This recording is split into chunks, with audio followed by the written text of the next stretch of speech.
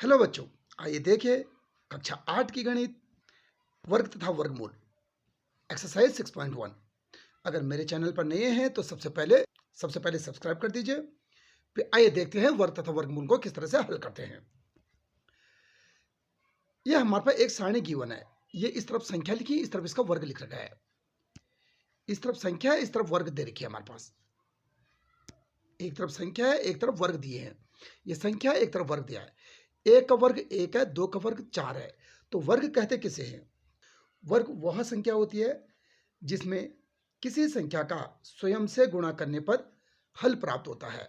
जैसे 5 का स्वयं से गुणा कर दो, 5 को 5 से ही गुणा कर दो तो कितना बना? 25 बना। यानी ये क्या बनेगा? ये वर्ग बनेगा। किसका वर्ग? 5 का वर्ग। 5 का वर्ग, 5 को 2 बार गुणा किया ना 5 को, तो इसको हम इस तरह से लिखते, इस तरह से 5 को 2 बार लिख दिया, 5 का स्क्वायर यानी कि 25 बन गया ये। इसी तरह से अगर मैं 3 को 2 बार ये कर दूं तो 3 3 9, तो ये 3 का स्क्वायर क्या हुआ? 3 का वर्ग क्या हुआ? 9 हो गया। यानी इसको कैसे लिखा जाता है? 3 को 2 बार गुणा करें तो 2 इसके ऊपर आ जाता है, 2 ऊपर लिख लेते हैं। 3 का स्क्वायर बराबर 9, इसको 3 का वर्ग बराबर 9 कहेंगे। क्लियर है चीज? आइए यहां पर देखते हैं कुछ संख्याओं को उनके वर्ग दिए हैं। यहां देखिए, पहला 1 का स्क्वायर क्या है? 1 का स्क्वायर यानी कि 1 को अगर मैं 1 से गुणा कर दूं, 2 बार गुणा कर दूं तो 1 आता है। 1 इंटू 1 क्या होता है? ये 1 होता है। 1 का वर्ग क्या है? 1। ये 2 का स्क्वायर यानी 2 इंटू 2 क्या होगा? 4 आता है। यानी इसको ये भी कह सकते 2 का स्क्वायर बराबर 4, 2 का वर्ग बराबर 4। ठीक है ना? यानी 3 का वर्ग क्या है? 9। 3 का वर्ग का मतलब होता है 3, ये संख्या है, 3 को 3 से फिर गुणा कर दो, 3 3 9, यानी इसको ऐसे भी लिखते हैं 3 का स्क्वायर बराबर 9। इसी तरह 4 का स्क्वायर क्या है? 16 है। 5 का स्क्वायर क्या है? 25 है। 6 का स्क्वायर 36, 7 का स्क्वायर 49, 8 का स्क्वायर 64, 9 का स्क्वायर 81 और 10 का स्क्वायर 100। ठीक है जी। इसी तरह से 11 का स्क्वायर देखो 121 है, 12 का स्क्वायर 144 है, 13 का स्क्वायर गिवन है, 14 का स्क्वायर 196, 15 का 225, 16 का 256, 17 का 289, 18 का 324, 19 का 361 और 20 का 400। ठीक है, ये सारे 1 से लेकर 20 तक के वर्ग गिवन है हमारे पास। अब इनमें एक विशेषता है, ये जो वर्ग आ रखे हैं ये आपने देखा है इनके इकाई में कौन कौन से अंक आ रखे हैं? इनके इकाई में कौन कौन से वर्ग आए? वर्ग के इकाई में कौन कौन से अंक है? इनके इकाई में एक तो 1 आ रहा है, एक 4 आ रहा है, एक 5 आ रहा है, एक 6 आ रहा है और क्या आ रहा है? एक 9 आ रहा है, और एक क्या आ रहा है? डबल जीरो, जिसके पीछे डबल जीरो है। देखो यहां से देखिए, एक इसके इकाई में 1 है तो 1 लिख दिया मैंने, 4 इसके इकाई में ये भी लिख दिया मैंने, 9 आ रहा है इकाई में 9 भी लिख दिया, 6 इकाई में आ रहा है 6 भी लिख दिया, 4 इकाई में आ रहा है लिख रखा है, 1 इकाई में आ रहा है लिख रखा है, 2 जीरो इकाई में आ रहा है वो भी लिख दिया है। यानी कि हमको इससे क्या पता लग रहा है कि जिन संख्याओं के इकाई में ये अंक होते हैं 1 4 5 6 9 और डबल जीरो, वह संख्या किसी न किसी की स्क्वायर हो सकती है। जरूरी नहीं कि स्क्वायर होगी होगी, पर वह किसी न किसी संख्या का पूर्ण वर्ग हो सकती है। ठीक है जी। इसके अलावा कौन कौन से अंक छूट गए? अब हमारे पास छूट गए 2 3 7 और 8। ये 4 अंक छूट गए हैं। छूटे ना? देखो जरा, यहां से नजर लगाओ, इकाई से इकाई की तरफ देखो, इधर यहां नजर लगाइए, इस पे नजर लगाइए। इकाई में ये 4 अंक नहीं मिल रहे होंगे आपको, यानी कि 2 3 7 और 8। जिस भी संख्या के इकाई में ये अंक आएंगे वो किसी का वर्ग नहीं हो सकती है। क्लियर है? यह अंक किसी भी संख्या की इकाई में आएंगे तो वह किसी का वर्ग नहीं होगी। Clear point? देखिए बच्चों, अब यहां पर क्या कहा है, क्या हम कह सकते हैं कि निम्न संख्या पूर्ण वर्ग संख्या है? हम कैसे जानते हैं? अब हम इसके इकाई के अंकों से पता लगा सकते हैं कि कौन सी संख्या पूर्ण वर्ग है, कौन सी नहीं है। इसके इकाई में देखो क्या है? 7 है ना? क्या ये पूर्ण वर्ग हो सकती है? ये पूर्ण वर्ग नहीं होगी। मैंने अभी अभी कहा जिन संख्याओं के इकाई में 2 3 7 और 8 आएगा, जिनके इकाई में 4 अंक आएंगे वह पूर्ण वर्ग नहीं होगी। इसका मतलब ये पूर्ण वर्ग नहीं है। ठीक है ना? क्या ये पूर्ण वर्ग हो सकता है? इसके इकाई में क्या है? 3 है, ये भी पूर्ण वर्ग नहीं हो सकती है। क्या यह पूर्ण वर्ग हो सकता है? यह भी पूर्ण वर्ग नहीं होगा। ठीक है ना? क्या यह पूर्ण वर्ग हो सकता है? ये भी पूर्ण वर्ग नहीं होगा, क्योंकि इसकी इकाई में क्या है, 2 है ना। इसकी इकाई में क्या 9 है, ये पूर्ण वर्ग हो सकता है, ये हो सकता है पूर्ण वर्ग, है ना। अब इसकी इकाई में 1 है तो ये भी पूर्ण वर्ग हो सकता है। क्लियर है चीज, ये पॉइंट क्लियर हो गया ना। अब यहां से देखिए 5 ऐसी संख्या लिखिए जिनके इकाई स्थान को देखकर आप बता सकते हैं कि ये संख्या पूर्ण वर्ग संख्या नहीं है। तो देखिए कितना अच्छी बात बोली इसने। हम क्या कह सकते हैं, देखिए बच्चों ये क्या कहा है, 5 ऐसी संख्या लिखिए जिनके इकाई स्थान को देखकर आप बता सकते हैं कि ये संख्या किसी का वर्ग नहीं है। तो कैसे पता लगा सकते हैं, कुछ भी संख्या लिख दो आप और उसकी इकाई में आप 2, 3, 7 या 8 लिख दो तो वो संख्याएं किसी का वर्ग नहीं होती। जैसे कुछ भी लिख दो आप, मैंने लिखा 2, 5 और पीछे से मैंने 2 लगा दिया इकाई में, ये किसी का वर्ग नहीं हो सकती। इसी तरह मैं लिखा 3, 5, 0 फिर 3 लगा दिया पीछे से, ये भी किसी का वर्ग नहीं हो सकती है। मैंने लिखा 5, 0, 7 लिख दिया, ये किसी का वर्ग नहीं हो सकती है। इसका 8 इस बार ये कर दो, 5, 0, 3, 0, 8 लिख दिया, ये भी किसी का वर्ग नहीं हो सकती है। यानी कि हम किसी के पीछे अगर इकाई में ये 3, 7 और 8 ये अंक लगा दें इकाई में तो वह किसी का वर्ग नहीं होती है। क्लियर है ये चीज। इन्होंने कितने बोले थे हमको, 5 संख्या, 4 तो ये हो गए, 5 आप चाहे ये लिख लो, चाहे ये लिख लो, चाहे ये लिख लो, है ना। इनमें से कोई भी संख्या लिख लो, ये किसी का वर्ग नहीं होती है। ठीक है, आइए आगे देखते हैं क्या बोल रहा है। अब ये क्या कहा है देखिए जरा, ये कहा हमको 5 ऐसी संख्या लिखिए जिनके इकाई स्थान को देखकर आप नहीं बता सकते हैं कि वे वर्ग संख्या हैं या नहीं है। ठीक है ना। अब यहां से देखिए इसका मतलब अगर जिसके पीछे 2, 3, 7, 8 होगा वो तो वर्ग नहीं होगा, ये तो पक्की बात है। लेकिन इनको छोड़कर 1, 4, 9 और हमारे पास 1, 4, 9, 6 और 2 0 ये कहीं पर भी किसी के पीछे लग गए तो वो पूर्ण वर्ग हो सकते हैं, पर जरूरी नहीं कि पूर्ण वर्ग होंगे, हो सकते हैं, है ना। ये लगा लो कुछ भी। अब इसने बोला 5 ऐसी संख्या लिख ले, हम लिख ले लीजिए। देखिए 1, 204 लिख दिया मैंने, पता नहीं लगेगा ये वर्ग है कि नहीं है ना। इस रूल से कहेंगे कि वर्ग है, लेकिन जब निकालेंगे तो वर्ग नहीं होगा। हम यानी कि इन संख्याओं को, इन अंकों को किसी भी संख्या के इकाई में लिख दें, इन अंकों को किसी भी संख्या की इकाई में लिख दें तो ये पता लग जाएगा हमें कि वो वर्ग है कि नहीं है। इसका आंसर ये होगा, इनकी इकाई में क्या लिखो, ये वाली संख्या कोई भी लिख दो आप। ठीक है जी, आइए आगे क्वेश्चन देखते हैं। यहां पर क्या क्या कहा है देखिए जरा, निम्न में कौन सी संख्याओं के इकाई स्थान पर 6 अंक होगा। ठीक है, अब जब इनका वर्ग करेंगे तो किसके इकाई में 6 होगा। बल भाई 19 का स्क्वायर का क्या मतलब है, ये 19 का स्क्वायर है ना, इस स्क्वायर का मतलब होता है इस 19 को 2 बार गुणा करना, इसका मतलब होता है 19 इंटू 19। ठीक है, और जब यहाँ इकाई की इकाई से गुणा करेंगे तो 9 नमा 81, इसके इकाई में क्या आ रहा है, 1 आ रहा है, 1 इसके इकाई में क्या कर रहा है, 9 नमा 81 होता है ना, 81 ऐसे लिखते हैं ना, और इकाई में क्या आ रहा है, 1 आ रहा है, यानी इसकी इकाई में तो 1 आ रहा है, ये तो हो नहीं सकता। इसलिए यहाँ देखो 24 का स्क्वायर क्या होगा, 24 को क्या लिखेंगे, 24 को 2 बार लिखना है, 24 इंटू 24, 24 को 2 बार लिखना है, 2 बार ये लिखा है ना, 2 बार लिखना है, तो 4 चक्कू 16, इकाई में 6 आ रहा है ना, इसका मतलब इसकी इकाई में 6 आ रहा है। इसी तरह इसको देखो जरा आप, इसकी इकाई में भी 6 आएगा, क्योंकि ये देखो 26 का जब स्क्वायर करेंगे तो 26 इंटू 26 कहेंगे आप, तो 6 छक्का क्या हुआ 36, तो 6 इकाई में आ रहा है, तो इस पे भी 6 इकाई में है। इसी तरह इसमें भी इकाई में 6 आएगा, इसमें भी इकाई में 6 आएगा।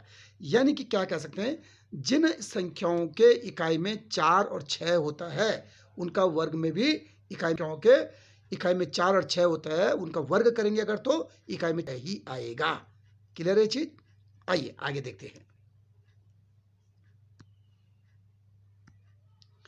अब यहां से देखिए एक टेबल दे रखी है हमारे पास, मजेदार टेबल है। देखिए इन्होंने कहा 10 का स्क्वायर क्या 100, 20 का स्क्वायर 400, 80 का स्क्वायर 6400, है ना।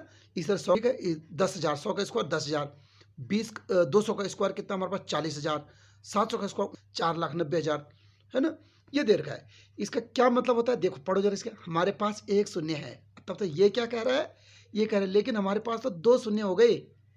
यहाँ देखो जब इसका स्क्वायर निकाल रहे थे तो ये जब स्क्वायर वर्ग हो रहा था ना, तो ये कह रहा अरे मेरे पे तो एक ही जीरो है, एक जीरो का स्क्वायर है बोले, एक जीरो का स्क्वायर। तब तो ये बोल रहा मेरे पास कितना हो गया, दो जीरो हो गया। जब इसका वर्ग किया तो ये दो जीरो बन गया, है ना। तो इसका क्या मतलब, इसका मतलब हुआ जब भी किसी भी संख्या के पीछे जीरो आएगा, जैसे मैं अगर 50 लिख दूं, इसके पीछे जीरो है ना ये, तो ये जीरो का भी स्क्वायर होगा। जीरो का स्क्वायर क्या कहेंगे, दो जीरो लिख देंगे। जीरो का स्क्वायर क्या बनेगा, दो जीरो बन जाएगा। आप कहीं पर भी देखो, आप ये देखो, 8 का 8 और 80 यानी 8 का स्क्वायर 64 बना, और जीरो का स्क्वायर क्या बना, दो जीरो बन गया। एक का स्क्वायर एक बना, दो जीरो का स्क्वायर चार जीरो बन गया। दो का स्क्वायर चार बना और दो जीरो का स्क्वायर चार जीरो बन गया।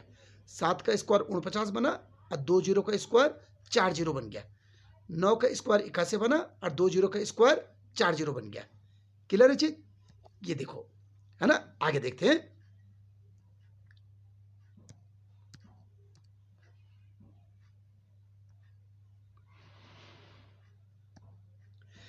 अब यहां से देखिए क्या कहा हमको, निम्नलिखित संख्याओं के वर्ग करने पर उनके इकाई स्थान पर क्या होगा, यानी इकाई के स्थान पर कौन सा अंक आएगा। इकाई स्थान पर कौन सा अंक, अगर इसका वर्ग करेंगे कि तो इकाई के अंक पर कौन सा आएगा भाई, इसका वर्ग करेंगे तो याद देखो 1 2 3 4 का स्क्वायर बराबर होगा 1 2 3 4 इंटू 1 2 3 4 होगा। इकाई को इकाई से गुणा कर दो, चार चक्को 16 आएगा, यानी 6 आएगा इकाई में, क्या आएगा 6। इसी तरह से इसका अगर वर्ग करते हैं तो 7 का ही वर्ग करो सीधा, 7 सता 49, इकाई में 9 आएगा, है ना। इसका वर्ग करेंगे जब, तो यहाँ इकाई का ही वर्ग करो, केवल 8 का वर्ग, 8 का स्क्वायर, 8 का स्क्वायर 8 अठा 64, यानी 4 इकाई में आएगा। अब इसका देखो जरा, इसका जब स्क्वायर करेंगे जीरो है ना, जीरो का स्क्वायर क्या आएगा, तो दो जीरो आ जाएंगे लास्ट में, इकाई में क्या आएंगे, दो जीरो बन जाएगा। अब यहाँ इसका स्क्वायर करेंगे, दो का स्क्वायर यहाँ 4 इकाई में आएगा। यहाँ 6 का स्क्वायर आएगा, 6 का स्क्वायर इकाई में क्या आएगा, 6 6 का 36, 6 आएगा। ठीक है जी, ये आप अच्छी तरह से कर सकते हो, है ना। अब यहाँ देखिए क्या कहा इन्होंने, निम्नलिखित में से किन संख्याओं के वर्ग विषम संख्या सम संख्या होंगे। इनमें से किसके वर्ग जो है सम संख्या होंगे और किसके वर्ग विषम होंगे। आपको पहले मैं एक चीज और दिखा दूं, देखिए जरा, यहां पर देखिए, यहां पर देखिए, इकाई का अंक है, इकाई ये क्या है, विषम संख्या है, विषम संख्या है, विषम संख्या है। विषम का वर्ग क्या हो रहा है, विषम, विषम का वर्ग क्या हो रहा है, विषम, विषम का वर्ग विषम, विषम का वर्ग विषम, विषम का वर्ग विषम, विषम का वर्ग विषम। ये विषम संख्याओं के वर्ग क्या बन रहे हैं, विषम बन रहे हैं, है ना। और सम संख्याओं के वर्ग हमेशा सम बनता है। ये देखो सम का वर्ग क्या बनेगा, सम बनता है। क्लियर है। तो याद रखना है, जब भी कोई विषम संख्या चाहे कितनी बड़ी हो, उसका वर्ग पूछेंगे तो हमेशा विषम संख्या आएगी, और सम संख्या कितनी बड़ी हो, उसका वर्ग पूछेंगे तो सम संख्या ही आएगी। ठीक है जी, आइए आगे देखते हैं ना।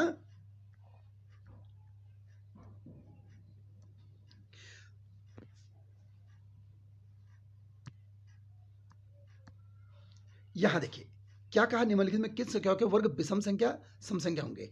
इसकी इकाई में क्या, 7 विषम है ना, तो इसका वर्ग क्या होगा, विषम ही होगा। इसका वर्ग क्या होगा बताइए जरा, सम होगा।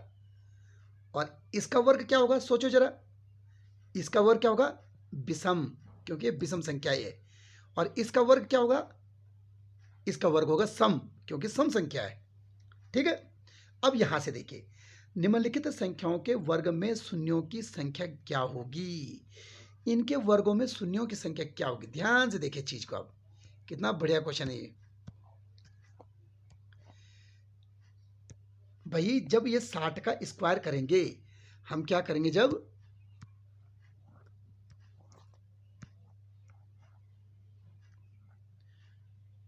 देखिए निम्नलिखित संख्याओं के वर्ग में शून्यों की संख्या क्या होगी। अगर मैं ये 60 का वर्ग करूं, 60 का वर्ग या स्क्वायर बोलते हैं, तो इसका क्या मतलब हुआ, इसका स्क्वायर मतलब हुआ 6 का भी स्क्वायर है, 6 का स्क्वायर 36 होगा। और एक जीरो का स्क्वायर क्या होगा, एक जीरो का स्क्वायर क्या बोला मैंने, दो जीरो, एक जीरो का स्क्वायर दो जीरो, यानी इस पे शून्यों की संख्या क्या होगी, दो। और इस तरह इसमें देखो, अगर मैं 400 का स्क्वायर बोलूँ तो 4 का स्क्वायर तो 16 हो जाएगा, और दो जीरो का स्क्वायर कितना होगा, दो जीरो का वर्ग क्या होगा, दो जीरो का वर्ग 4 जीरो हो जाएगा, यहाँ 4 जीरो लग जाएंगे, ये आंसर। ठीक है जी, आइए आगे देखते हैं एक और क्वेश्चन। यहां क्या कहा है, ध्यान से देखिए जरा। ये कहा है निम्नलिखित संख्याओं को दो क्रमागत पूर्णांकों के योग के रूप में लिखिए। इससे पहले एक और चीज देखते, पहले देखिए जरा। इससे पहले यहां देखिए, एक क्या है, ये जादू का ट्रायंगल हमारे पास। क्या चीज है ये? एक जादू का ट्रायंगल है, जादू बन रहा है यहां पर देखिए। हम 1 का स्क्वायर तो 1 सबको पता है, 11 का स्क्वायर 121 होता है, ठीक है ना। ये 2 बार 1 है, 1 कितनी बार है? 2 बार, तो आपने 2 बीच में लिख देना है, एक इधर एक इधर, 2 से उल्टा इधर, उल्टा भी इधर चल जाना है। ये 3 है यहाँ, 1 कितनी बार है? 1, 3 है 1 बार, 1 कितनी बार है? 3 बार है। अगर इनका स्क्वायर निकालना 3 है ना, ये 3 बीच में लिख देना आपने, 3 से उल्टा चलना 2 और फिर 1, यहाँ से उल्टा चलना 2 और 1, ये आंसर है ना। अगर मैं ये कहूँ 1 2 3 4, 4 बार लिखूँ मैं स्क्वायर, तो हमने क्या कर देना है? 4 लिख देना है और 4 से उल्टा चल जाना इस तरफ, 3 2 1, और इधर भी उल्टा चल जाना 3 2 1, ये आंसर। ठीक है, चीज याद रहेगी बात। इसी तरह से ये देखो जरा, कितने गिनो जरा इनको, 1 2 3 4 5, तो हमने 5 बीच में लिखा, 5 से उल्टा चले इधर और 5 से उल्टा चले इधर। क्लियर है चीज? अब आगे चलते हैं, देखिए जरा।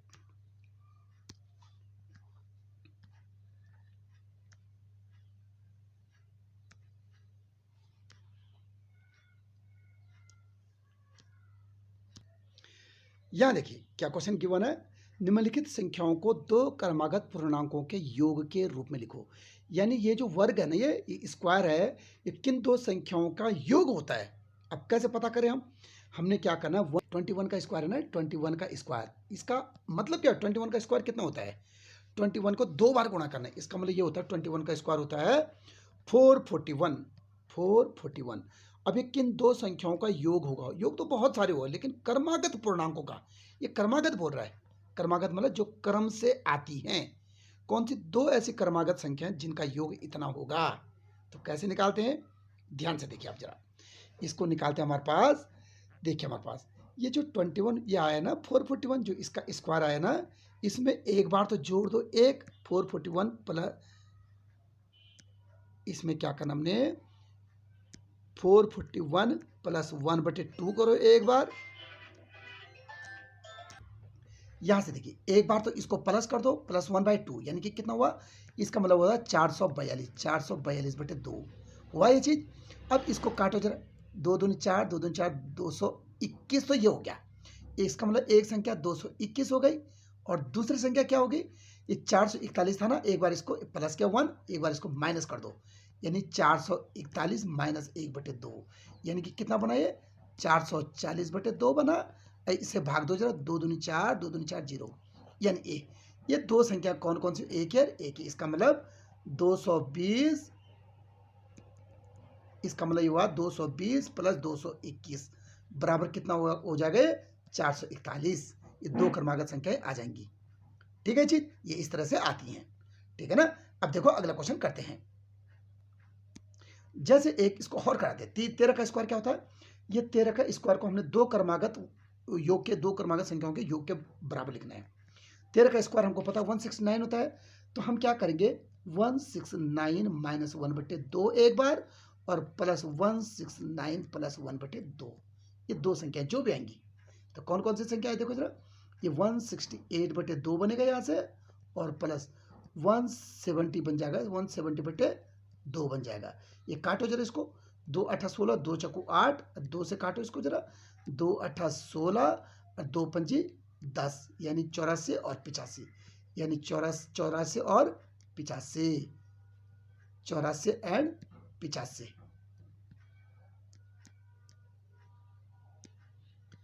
85, ये दो संख्या बन जाएंगी। ठीक है जी, आइए देखते हैं अगला क्वेश्चन। ये क्या दिया हमको, ये दिया है निम्नलिखित संख्याओं में प्रत्येक पूर्ण वर्ग संख्या है या नहीं है। अब कैसे पता लगाएं? यहां देखो ये किसका स्क्वायर है? 121 का, ये तो हमें पता है ना।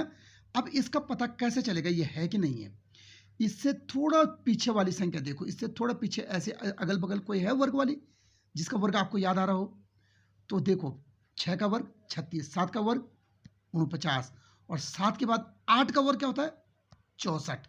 इसका मतलब 7 का वर्ग तो ये है और 8 का वर्ग ये है, 7 और 8 के बीच में नहीं संख्या, इसका मतलब ये किसी का वर्ग नहीं है। ठीक इसी तरह से 9 का वर्ग है, ये 7 का वर्ग है, ये किसी का वर्ग है क्या पता करो जरा, इसे कमेंट बॉक्स में लिखो जरा, है ना। आइए आगे चलते हैं अब एक्सरसाइज की तरफ। अब यहां देखिए एक्सरसाइज आ गई हमारे पास। एक्सरसाइज में क्या कहा है, ये देखिए बच्चों, निम्नलिखित संख्याओं के वर्गों के इकाई के अंक क्या हैं। अभी हमने बहुत बात की इकाई के अंक पर, लेकिन अब मैं एक दो कराता हूं, बाकी आपने कमेंट बॉक्स में लिखना। अगर देखो जरा, है ना, कमेंट बॉक्स में जरूर लिखिए वर्गों की इकाई के अंक क्या हैं। देखो 21 से इसका जब वर्ग निकालेंगे हम, तो केवल वर्गों का इकाई का अंक चाहिए हमें, इकाई का अंक, है ना। इसका क्या मतलब हुआ, इसका मतलब इकाई 81 की गुणा 2 बार हो रही है, 81 इंटू 81, 81 की गुणा 2 बार हो रही है, इसका मतलब ये हुआ। सिर्फ मुझे इकाई का अंक चाहिए, तो इकाई को गुणा कर लो आपस में, इकाई इकाई को गुणा करो, एक एकम एक, यानी इकाई में क्या आएगा 1। ठीक है जी। इसी तरह से इसको देखते हैं जरा, 272 का स्क्वायर, इसका क्या मतलब हुआ, इसका मतलब हुआ 272 को 2 बार गुणा करना है, 272 को 2 बार गुणा करना है। अब हमें इकाई का अंक चाहिए यहाँ, तो इकाई को इकाई से गुणा करो भाई, 2 दूनी 4, ये इकाई का अंक है ना। एक मैं इसको करा देता हूं, बाकी आप स्वयं करना, है ना। ये देखिए 52698 का स्क्वायर, इसका क्या मतलब हुआ, इसका मतलब हुआ इसको 2 बार गुणा करना है, 52698 इंटू 52698। हमें इकाई का अंक चाहिए, तो इकाई को इकाई से गुणा कर दो जरा, 8 8 64 बनता है ना, तो इकाई में क्या है 4, इकाई में क्या आएगा 4। ठीक है जी। आइए देखिए अगला क्वेश्चन कैसे करते हैं। अगला क्वेश्चन, सेकंड क्वेश्चन क्या दिया इन्होंने, ये कहा है निम्नलिखित संख्याएं स्पष्ट रूप से पूर्ण वर्ग संख्या नहीं है, इसका कारण दीजिए। भाई मैंने अभी कहा आपको, इसको ये पूर्ण वर्ग नहीं है। क्यों नहीं है पूर्ण वर्ग, क्योंकि पूर्ण वर्ग जो संख्याएं होती है उनके इकाई में 1 आता है, 4 आता है, 6 आता है और 9 आता है और 00 आता है ना। जिन संख्याओं के इकाई में ये आएगा उनको पूर्ण वर्ग संख्याएं होंगी, वह पूर्ण वर्ग संख्याएं होंगी, और जिनके इकाई में यह संख्या नहीं आएंगी वो कभी पूर्ण वर्ग नहीं होंगी। इसके इकाई में क्या है 7, तो इसका मतलब ये पूर्ण वर्ग नहीं होगी। आप क्या लिखोगे इसमें, इसके इकाई अंक में 7 है, अतः 7 किसी के इकाई में आता है तो वो पूर्ण वर्ग संख्या नहीं होती है। ठीक है। ठीक इसी तरह इसके इकाई में क्या है 3 है, ये पूर्ण वर्ग नहीं होगी। ये भी इसके इकाई के अंक में क्या 3 है, यह किसी का भी पूर्ण वर्ग नहीं हो सकता। इसके इकाई में क्या 8, यह भी पूर्ण वर्ग नहीं हो सकता। फिर से देखिए जरा आप, 2 3 7 7 8, और किसी के पीछे अगर विषम जीरो हो, जीरो विषम हो, जैसे 1 जीरो हो किसी के पीछे, या फिर 3 जीरो हो किसी के पीछे, या फिर 5 जीरो हो किसी के पीछे, विषम विषम अंक में, विषम अंक में अगर जीरो हो किसी के पीछे, तो वह भी किसी का वर्ग नहीं होता है। ये आप ध्यान रखना, चाहे 1 जीरो हो किसी के पीछे, चाहे 3 जीरो हो, चाहे 5 जीरो हो, चाहे 7 जीरो हो, यानी विषम अंकों में अगर जीरो हो तो किसी के वर्ग नहीं होते हैं। ठीक है जी। यहां देखिए जरा ना,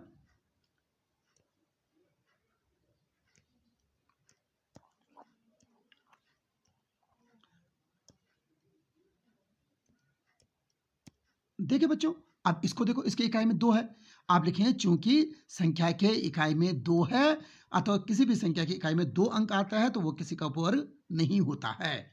ठीक इसी तरह से यहां देखो, इसकी इकाई में कितने जीरो है, 3 जीरो है, कितने जीरो है 3 जीरो है, यानी जिस भी संख्या के इकाई में विषम संख्या में क्या आते हैं जीरो आते हैं, विषम अंकों में जीरो आते हैं। किसी भी संख्या के पीछे विषम अंकों में जीरो आते हैं, विषम अंकों में जीरो आते हैं।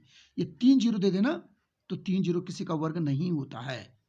ठीक है। इसके पीछे 2 है, ये किसी का वर्ग नहीं होगा, क्योंकि इसकी इकाई में क्या है 2 है। इसकी इकाई में 3 जीरो हैं, विषम जीरो बन रहे, इसकी इकाई में केवल 1 जीरो है, ये भी किसी का वर्ग नहीं होगा। ठीक है चीज क्लियर है। निम्नलिखित संख्या में किस संख्या का वर्ग विषम संख्या होगा, किसका वर्ग होगा विषम संख्या, देखिए जरा, यानी निम्नलिखित में से किस संख्या का वर्ग विषम संख्या होगा। विषम क्या होता है, वर्ग क्या होता है, जैसे 431 है, इसका वर्ग, इसको वर्ग कहते हैं। वर्ग का मतलब इसी संख्या को इसी से गुणा कर देना है, इस संख्या को इसी से गुणा कर देना, उसे वर्ग कहते हैं। 431 को 431 से गुणा कर दो। तो क्या बोल रहे, किस संख्या का वर्ग विषम होगा? बल तो मैंने आपको अभी कहा था, जो संख्या विषम होती है, विषम संख्याओं का वर्ग भी विषम होता है, विषम संख्याओं का वर्ग भी विषम होता है। तो ये विषम संख्या है, इसका वर्ग भी विषम आएगा। ये सम संख्या है, सम है ना, इकाई में 6 सम है, तो इसका वर्ग सम संख्या आएगा। ये क्या है, ये इकाई में क्या है, विषम संख्या है ना, 9 विषम। तो जब इस पूरी संख्या का वर्ग करेंगे तब भी विषम आएगा।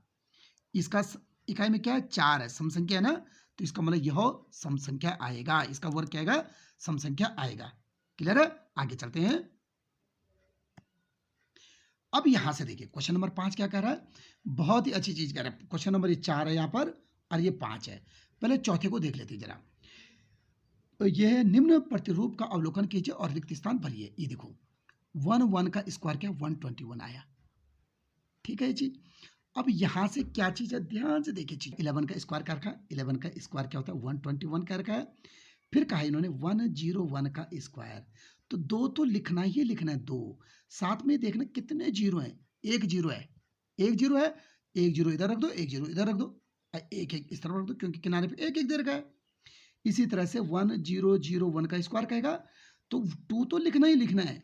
यहाँ जीरो कितने, 2 जीरो है, 2 जीरो है ना, तो 2 जीरो इधर लिख दो और 2 जीरो इधर लिख दो, 1 1 कर दो, हो गया।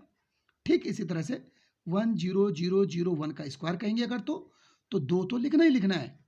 अब यहाँ कितने जीरो, 3 जीरो है, तो 3 जीरो यहाँ कर दो, 3 जीरो और 3 जीरो यहाँ कर दो, एक कर दो, एक कर दो, हो गया आंसर। ठीक है जी। अब यहाँ क्या बोला, या फिल इन द ब्लैंक्स करो आप इसको।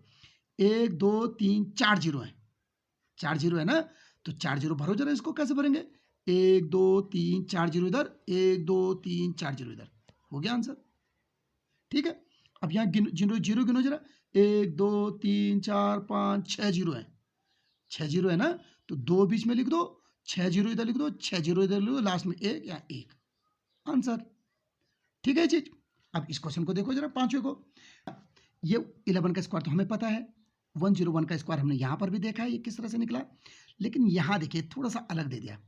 अब हमने क्या करना है, इस कंडीशन में क्या करते हैं, जो 1 0 1 0 1 0 1 0 देता है, तो हमने केवल 1 गिनने, 1 कितने, 1 2 3 है एक बार, तो उस 3 को बीच में लिख देना है, लिखा आपने 3 को बीच में। फिर अब देखना जीरो कितने, जीरो 2 बार जीरो है, तो यानी 2 बार हमने पीछे चलना है, 2 बार 0 0 करके पीछे चलना है, कैसे, 0 2 0 1। इसी तरह से आगे भी जाना, इस तरह भी जाना है, 0 2 0 1, ये इसका आंसर। ठीक है जी।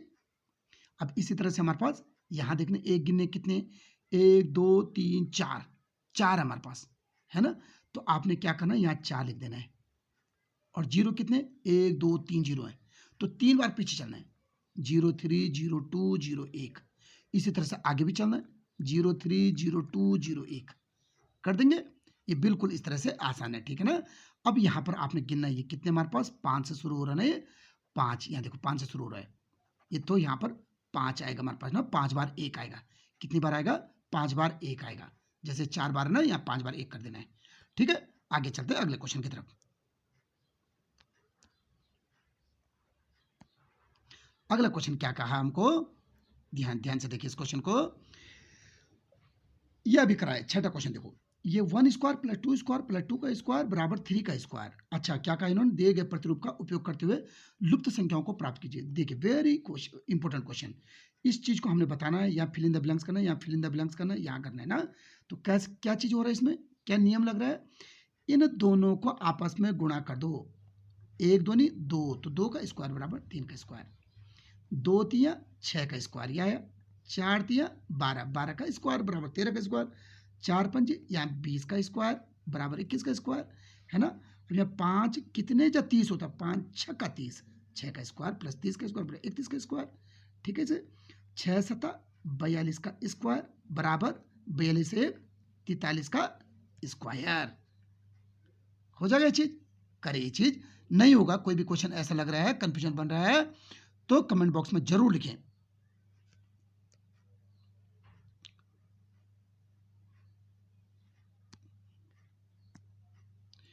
तब तक सभी बच्चे सब्सक्राइब जरूर कर लें। जो वीडियो को देख रहा है, ऐसी वीडियो लगातार बनाते रहेंगे और आप लोगों को सहूलियत मिलती रहेगी। अगला क्वेश्चन देखिए सातवां क्या कहा है, 1 + 3 + 5 + 7 + 9 योग की संख्या केवल, यानी इनको जोड़ना नहीं है, इनको जोड़ना नहीं है और आप केवल उत्तर बताओ, योगफल बताओ। तो कैसे करेंगे भाई, देखिए जरा, सबसे पहले याद रखो ये सारी विषम संख्याएं हैं और क्रमागत हैं, क्रमागत विषम संख्याओं का जोड़, ठीक है। बिना जोड़ करके कैसे करेंगे हम इसको, गिनो संख्या 1 2 3 4 5, कितनी संख्या है, 5, कितनी संख्या है 5, तो 5 का स्क्वायर यानी 25, ये इसका आंसर, ठीक है। इनको करो जरा, जोड़ो इनको, 1 2 3 4 5 6 7 8 9 10, कितनी संख्या है 10, तो 10 का स्क्वायर यानी कि 100, ठीक है चीज। इसी तरह से इसको करो और कमेंट बॉक्स में लिखो जरा, ठीक है। अगला क्वेश्चन करते हैं। अगला क्वेश्चन क्या गिवन है, ये कहा है हमको कि 49 को 7 विषम संख्याओं के योग के रूप में लिखिए। अब देखो जरा, हमने 49 को 7 विषम संख्याओं के योग के रूप में, अरे 7 का ही तो स्क्वायर है 49, 7 का स्क्वायर है ना ये, तो 7 क्रमागत संख्या लिख दो, 1 + 3 + 5 + 7 + 9 + 11, 1 2 3 4 5 6 और +13, ये देखो इनका योग इतना होगा, ठीक है चीज। ये तो 11 का स्क्वायर होता है ना 121, 11 का वर्ग है, इसने बोला 121 को 11 विषम संख्याओं के योग के रूप में लिखो, बल योग के रूप में, तो 11 विषम संख्याओं का योग यानी 11 क्रमागत विषम संख्याओं का योग, 1 + 3 + 5 + 7 + 9 + 11 + 13 + 15 + 17, यानी 1 2 3 4 5 6 7 8 9 और 19 और +21, इनको जोड़ो हो तो गया, है ना 121, क्लियर है चीज। आइए अगला क्वेश्चन देखते हैं।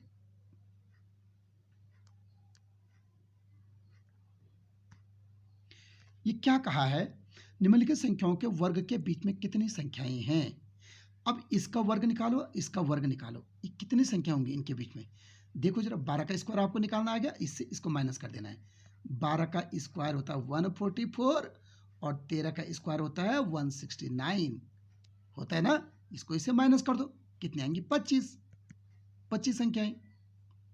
अब ये देखो जरा हमारे पास, ठीक है, इसको हम एक चीज और कह सकते हैं, कैसे कह सकते हैं, कितनी संख्या, इसका स्क्वायर माइनस इसका स्क्वायर, यानी कि 26 का स्क्वायर माइनस 25 का स्क्वायर, तो क्या होता है 26 का स्क्वायर, ए स्क्वायर माइनस बी स्क्वायर, क्या होता होगा, इसको कहते हैं ए स्क्वायर माइनस बी स्क्वायर, को कहते हैं हम ए प्लस बी और ए माइनस बी, ऐसे कहते हैं ना, ए प्लस बी और ए प्लस बी और ए माइनस बी कहते हैं, ए इसको कहते हैं, बी इसको कहते हैं, यानी कि 26 + 25 और 26 माइनस 25, क्लियर है चीज, यानी सीधा सीधा इनका जोड़, है ना, 6 × 5 = 11 का 1 कर लगे 4 × 1 5, यानी 51 संख्या होंगी, क्योंकि 26 में 25 के 1, इन दोनों को जोड़ दो, इन दोनों को जोड़ दो, इसका आंसर, ठीक है। वीडियो देखकर आप जरूर बताना कि आपको वीडियो कैसे लगी है, और लाइक करें, शेयर करें, और फिर से कह रहा हूं सब्सक्राइब जरूर करें। धन्यवाद।